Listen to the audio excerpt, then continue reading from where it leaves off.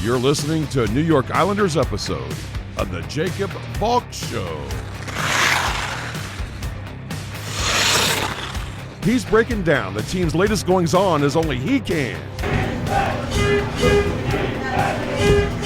Follow him on Twitter at RealJacobValk. Here he is, Jacob Valk.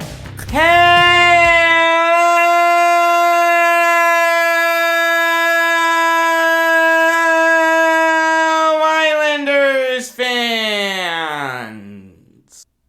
welcome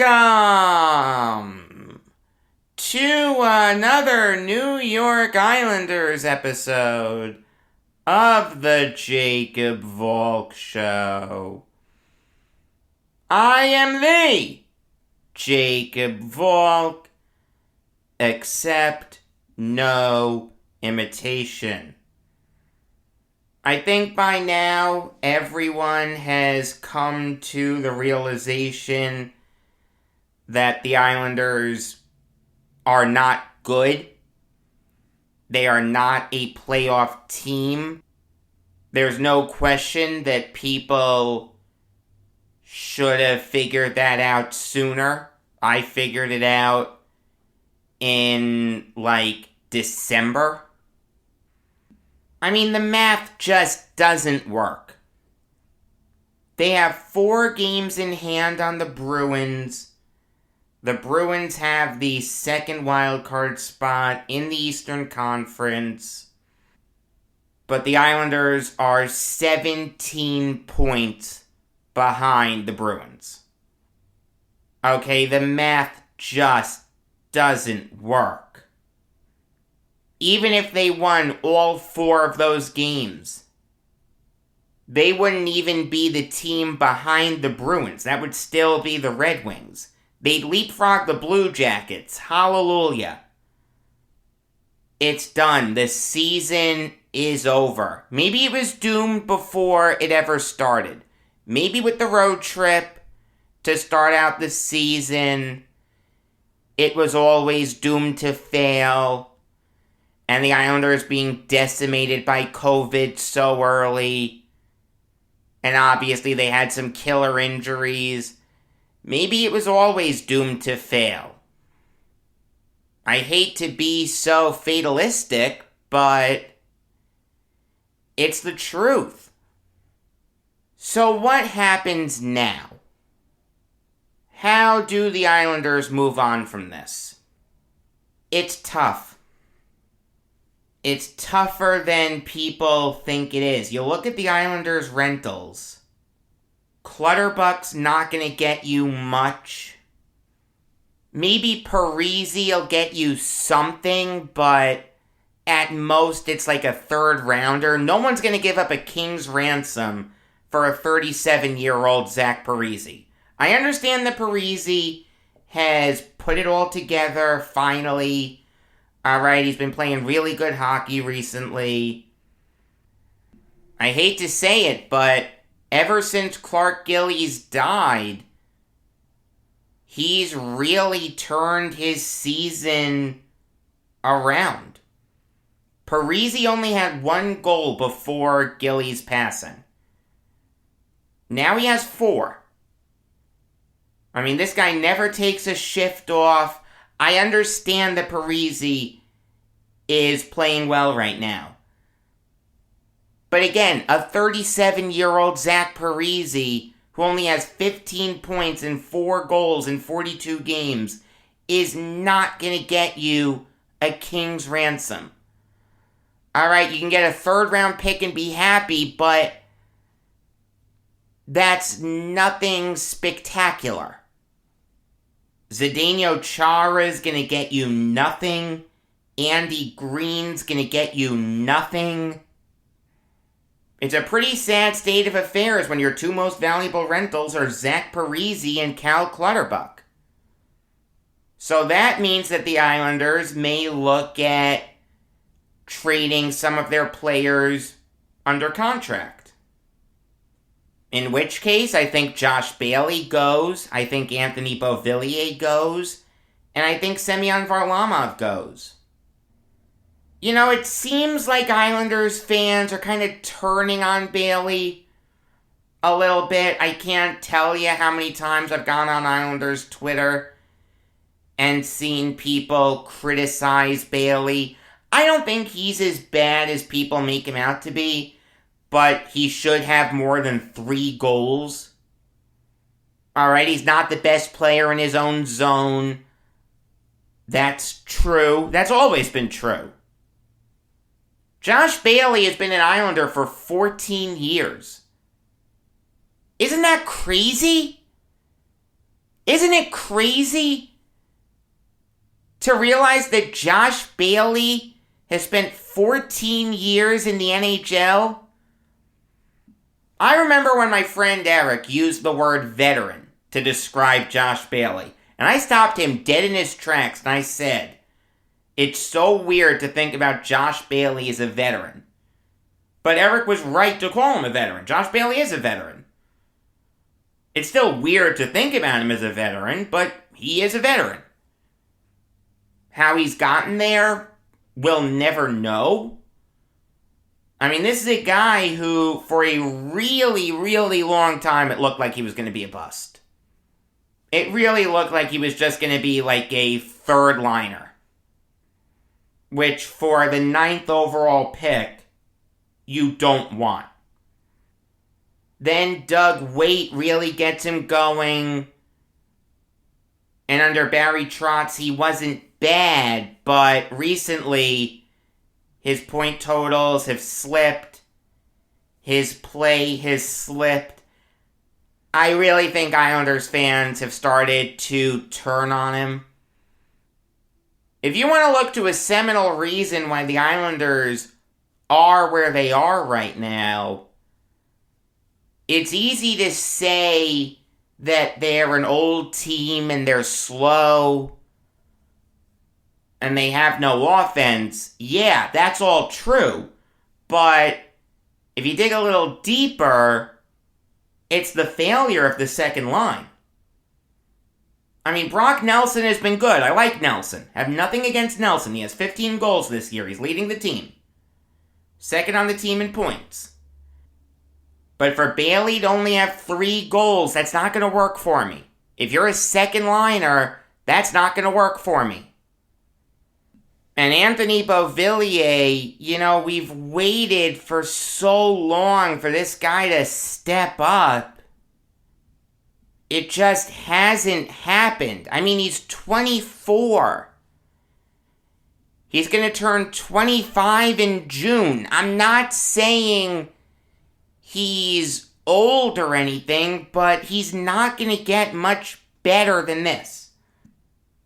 I mean, for a second liner to only have 17 points in 39 games, that's not going to work.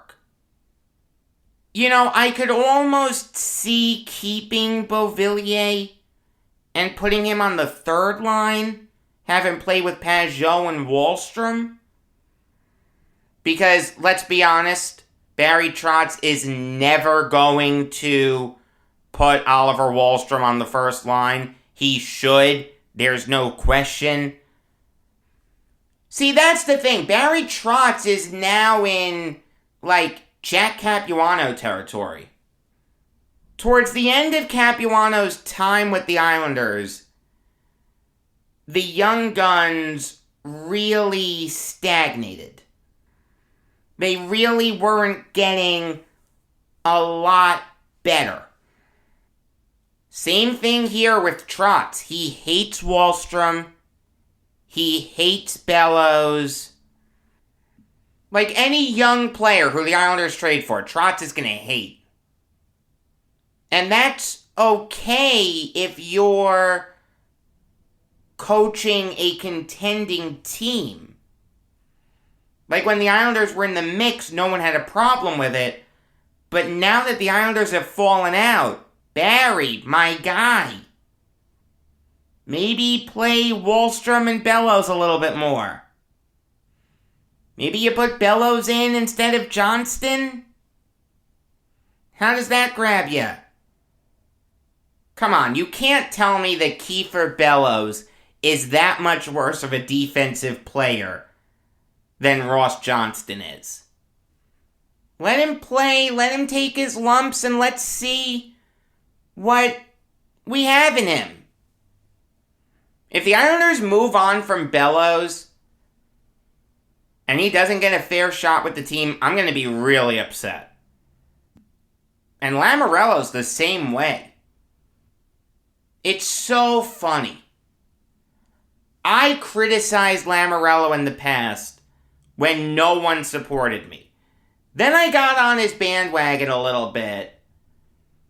Then he started making all these moves that got the Islanders where they are now, and everyone hates Lamoriello. You know what? I'm right there with him. I can't justify it anymore. In Lou, we trust whatever he does is going to work out? No. Could have kept Devon Taves.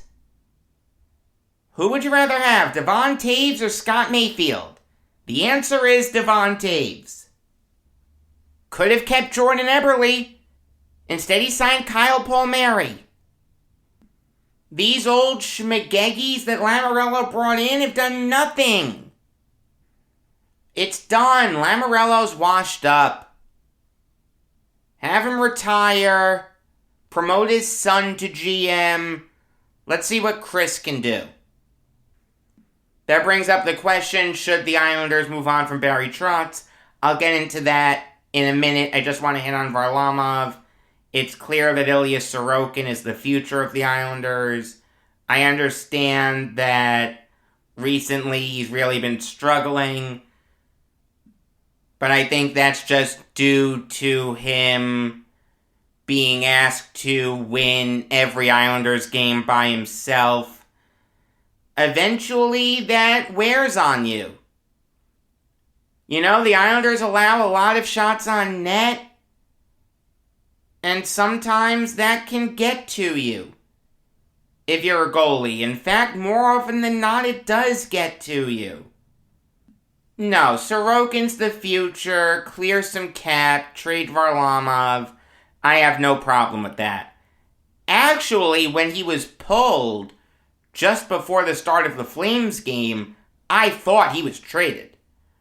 I really thought that's why Varley didn't play in that game. The last thing on earth I thought was COVID. Then it came out that he tested positive, because of course he did. If the Islanders didn't have bad luck, they'd have no luck at all. But the point is, the Islanders can move on from Varlamov too. Okay. Now on to Barry Trotz. Should the Islanders move on from him? The reality is, it depends. It's not a hard and fast answer. If the Islanders view this as just a one-off, yes, it's a bad season, but it was just a combination of a bunch of things that were out of their control. The long road trip, plus the COVID outbreak, plus the injuries. Then yeah, they'll bring Trotz back. I mean, I think it's safe to say that Barry Trotz has the Islanders overachieving. And the Islanders have always overachieved with Barry Trotz at the helm. But if the Islanders view this as the start of the decline, we're going to look to blow things up a little bit. We're going to look to rebuild and get younger and play a bunch of young guns. I'm not sure Barry Trotz is the right guy to lead that team. I mean, that Lamoriello wouldn't go for that. That's not Lamoriello's MO. To blow things up and go for a rebuild. Lamoriello's 79 years old. He's not going to be a part of that.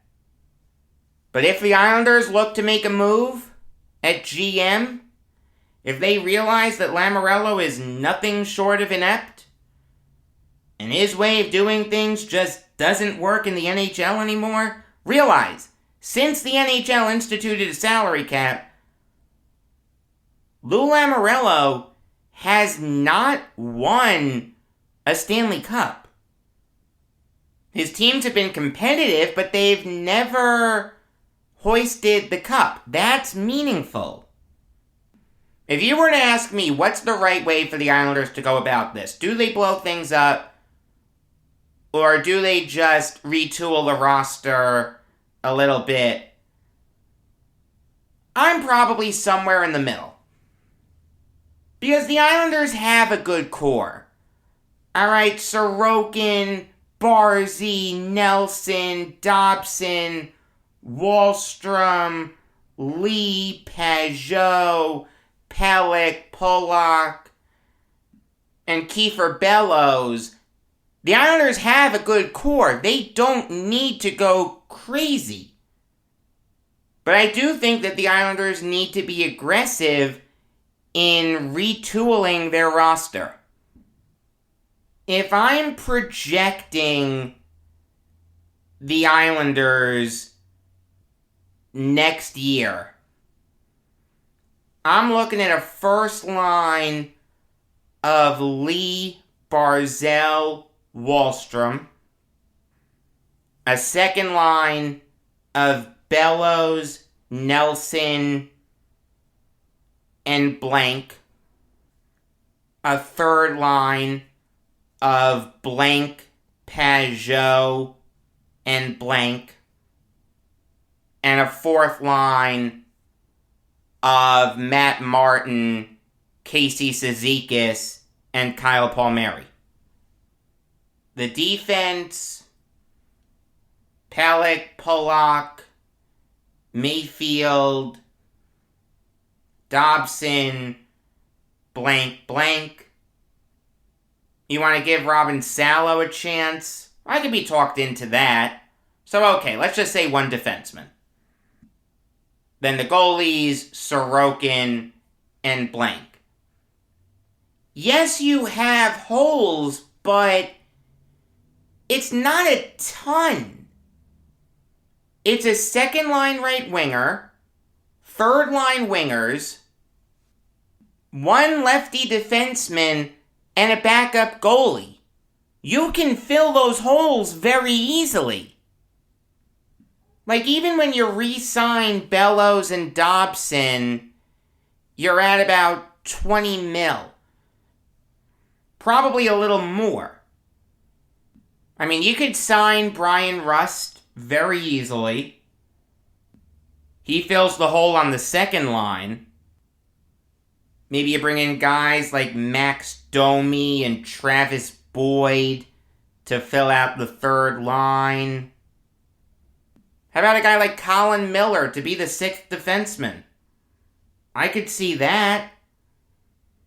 Ville Husso as the backup goalie could work. Maybe there's some trades. I don't want a full rebuild. But I also don't want to go crazy in adding older players. I want guys in the primes of their career to come to the Islanders. And if the Islanders do that, I'm okay with keeping Trotz. But if they want to blow things up, if they really want to go on a big rebuild, then Trotz has to go, because he's not the right guy to lead that. The thing that you need to realize is this: Barry Trotz is not the reason that the Islanders are where they are right now. The Islanders are where they are right now because of Lou Lamoriello's ineptitude. He needs to go, and everyone needs to realize that this guy is absolutely clueless. You'll get another New York Islanders show in 2 weeks. Next week, you'll get a Brooklyn Nets show. It'll be right after the All-Star game, so that'll be really fun. Regular episodes of the Jacob Valk Show come your way every weekday afternoon. Until next time, I'm Jacob Valk, And always remember, if you disagree with me, you're wrong.